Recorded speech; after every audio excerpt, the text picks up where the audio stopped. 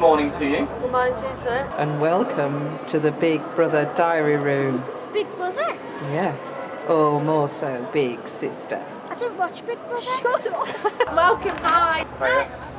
We're on television. I can see you, but you can't see me. It'd be really useful for you to say again what you think about the National Health Service. Do you think it's good or do you think it's bad? I think it's absolutely brilliant. Well, I'd like to say how brilliant it is. I think the hospitals are very clean and very tidy, and I think the staff are lovely. I can't grumble at all, love. Why's that? Because I've been waiting on hand and foot every time I've been in. I just think it's management who are ruining it all. Are there any of those topic areas, such as services for young people, GP services, dental services, etc., that you would like to comment upon and you'd like to see improve for yourself and your family? Well, the main thing is the dentists. The dental care. I think they need more dentists about. I think. Yes, so do I. Very necessary that one, GP. There's not enough GPs. Okay, the only thing that they need to, just improve on is, get more GPs, so that they can attend to patients, as soon as fast as possible. If you want to make an appointment, you've got to ring. I think the surgery's open at 8:30. Before 9 o'clock, and the phone lines are constantly engaged. If you do ring up for a doctor's appointment, for the morning, they won't see you. They give you an appointment for weeks afterwards. And that's no good, because you're going to be poorly in 4 weeks' time. Because I think people get really stressed about the doctors and appointments and things, and then they feel like they can't do anything, that they might maybe complain to the doctors and nothing gets done. So I think overall there's probably stress about it more than anything. If I go to see a doctor or a dentist, it's just basically they start looking at the clock as soon as you walk in the door, and it's a little bit off-putting. I remember the times when doctors used to, they knew who you were, they knew your name, they knew your family, they knew your history, and now it's a case of get you in and out of the door. Oh, is he going to be in Saturday as well? Yeah, that's what's being suggested. Would you? That's a nice suggestion, that. Yeah, be in favour of that? Yeah. So extended opening hours is something that you would certainly welcome. Before coming here today, were you aware of the PCT and the services that it actually provides to the community? No, not really. Yes. No, to be honest, I wasn't. No, not at all. No. What about helping you to lead a healthier lifestyle? Probably if they had more nurses on, for advice on diet and healthy eating. Well, if you're walking around town, it's all kebab houses and chippies and that. So well, that's an interesting comment, actually. So you feel the environment's more. The environment itself, in terms of the eateries that are out there, are not exactly conducive to encouraging healthy eating. I think there is a lot more people that want a healthy eat, but I think there's a lot of people that can't be arsed, so to speak, to go down to the GP or can't be arsed to go to a clinic. They just, they've got such busy lifestyles. They go to work, get the kids to school, come home, cook the dinner, get ready for bed, and then get them into bed and then chill out. I think it should be cheaper to eat healthily, but the way it is, you pay more for a smoothie or sushi than you will for a bottle of Coke. So is it actually better street cred then if you're fat? Sort of. If you eat fatty stuff, then yeah. There's more street cred around, though, is there? Yeah. Rather than having a nice bowl of fruit or something. Yeah, if you got caught eating a bowl of fruit, I think you get a bit of stick for it around here. I think with obesity, I think it should go down to neglect, especially in young children. People underestimate how much damage it can do, and it really can make you so ill. There's another problem about obesity, about people being fat. What do you think we should do? So, and it's increasing in young people. Close down Mackies.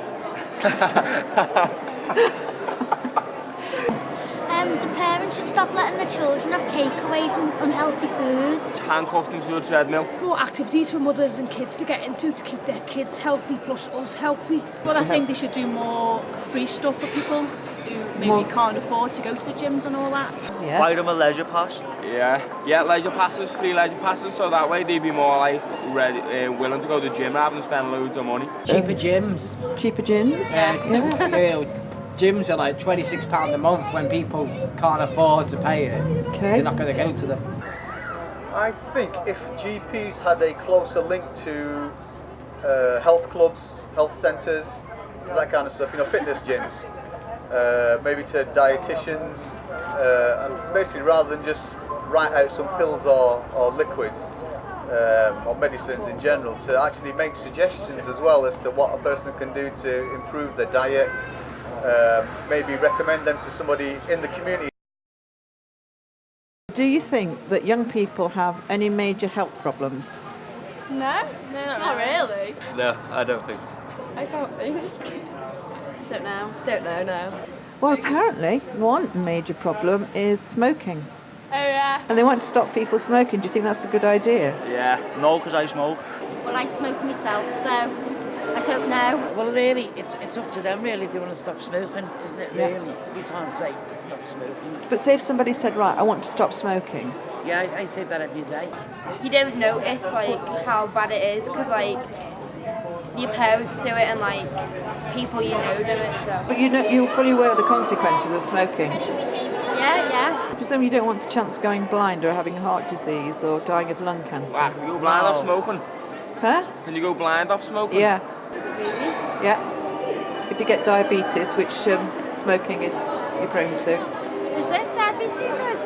Yeah, smoking can give you diabetes, yeah.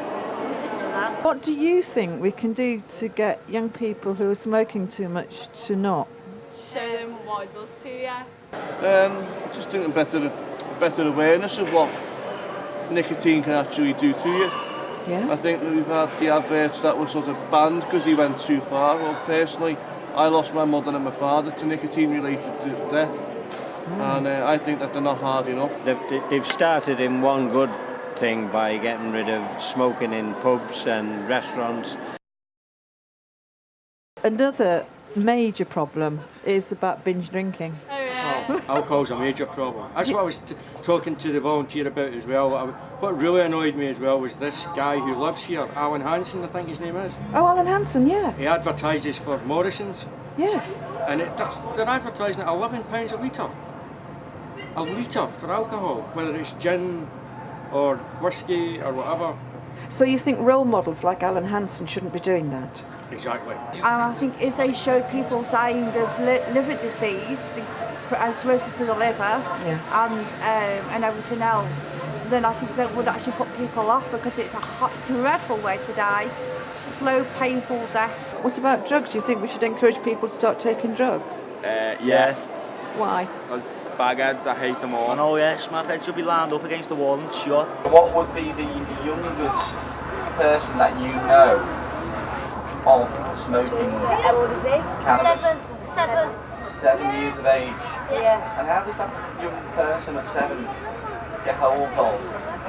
He picks stimps up out of his mum's ashtray. His family smokes it as well, so he can get it off his cousins and stuff.